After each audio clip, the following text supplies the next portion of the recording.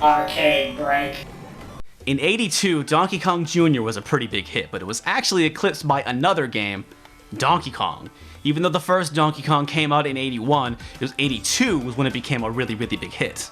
Nintendo thought it'd be a great idea to release Donkey Kong Jr. in 1982. It was an awesome breakfast cereal. There's a Donkey Kong Jr., and a Donkey Kong 3, but no Donkey Kong 2. Well, Donkey Kong Jr. was a really fun game because it took the idea of Donkey Kong and just changed it around. Now, Mario is the bad guy, right? That's kind of weird, isn't it? Well, Donkey Kong Jr. was kind of a different game than the original Donkey Kong. You played as obviously Donkey Kong's son, Donkey Kong Jr., and your goal was to save your father in the game.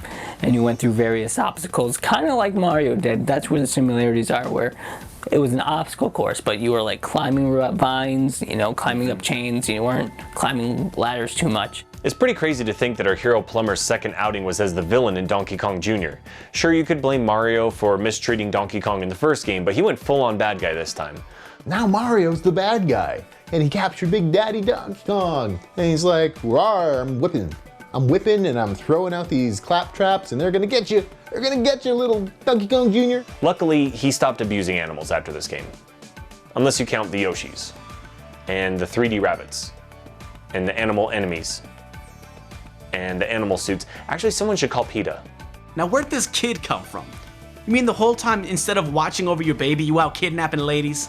Like, why are you kidnapping ladies? Junior should have been like, "F off, Pops. You're in a cage? Well, that's what you get for kidnapping ladies instead of raising me." The thing that was also cool about it was that you get to slide around on the vines and just the mechanics of that. And we're gamers, right? And so gameplay is king. And being able to have this new mechanic that was also super sweet, and the ability to kind of climb up strategically and then to drop down and slide, but then catch yourself.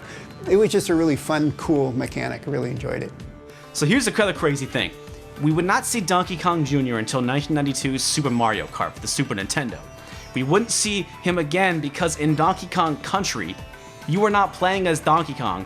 You're playing as Donkey Kong Jr., all grown up, and it is in fact Cranky Kong that is the Donkey Kong that kidnapped Daisy all those years ago. In the intro screen, Donkey Kong is captured by Mario and is put in a cage, and he's pushed off the screen by two Marios.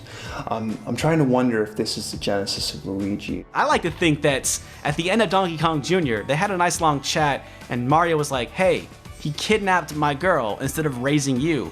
And they realized, on top of being a kidnapping monkey, he's also a shitty father. So maybe Mario and Donkey Kong were able to bury the hatchet, settle their differences, and that's why they're friends.